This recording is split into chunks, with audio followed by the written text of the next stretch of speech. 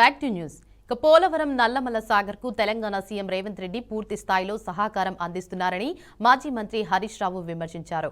CM Revanth Reddy నిజస్వరూపం ద్రోహబుద్ధి supreme court సాక్షిగా బట్టబయలైందన్నారు. గతంలో పాలమూరు ప్రాజెక్టుపై రైతులతో ఏపీ రిట్ వేయించిన స్టే తెచ్చుకుందని గుర్తు చేశారు. కాంగ్రెస్ సర్కార్ విచనారహితంగా లేని పిటిషన్ వేసి రాష్ట్రానికి అన్యాయం చేసిందని ఆరోపించారు. తెలంగాణ నీటి హక్కులను ఏపీకి దారదత్తం చేస్తూ రేవంత్ రెడ్డి ద్రోహం చేస్తున్నారని విమర్శించారు.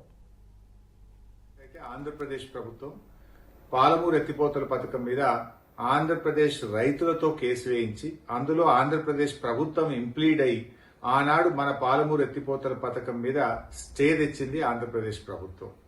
మరి మీరు పెట్టుకున్న మీ కాంగ్రెస్ ఎంపీ మీ న్యాయవాది సింఘ్వి గారికి ఈ మాత్రం విషయం తెలియదా? అంటే ఈరోజు మీరు కావాలని ఉద్దేశపూర్వకంగానే ఈ యొక్క బలహీనమైనటువంటి రిట్ పిటిషన్లు వేసి తెలంగాణ ప్రజలకు తీవ్రమైన అన్యాయం చేశారు.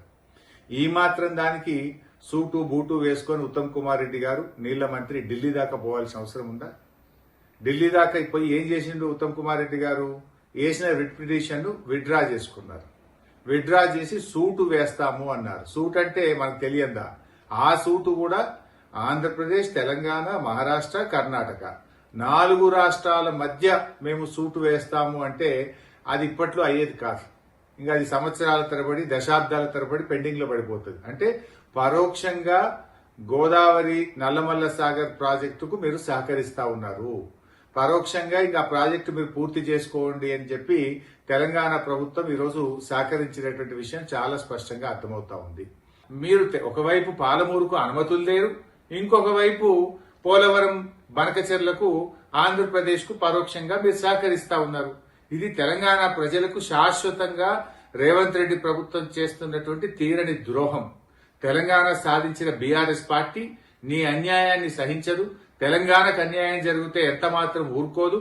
తప్పకుండా ప్రజా పోరాటం చేస్తాం. ప్రజాక్షేత్రంలో నీ యొక్క ద్రోహాన్ని ఎండగడతాం. ప్రజా ఉద్యమాల ద్వారా నీ ప్రభుత్వం మీద ఒత్తిడి తీసుకొస్తాం. గతంలో మీరు చూసినట్టయితే ఆంధ్రప్రదేశ్ ప్రభుత్వం పాలమూరు ఎత్తిపోతల పథకం మీద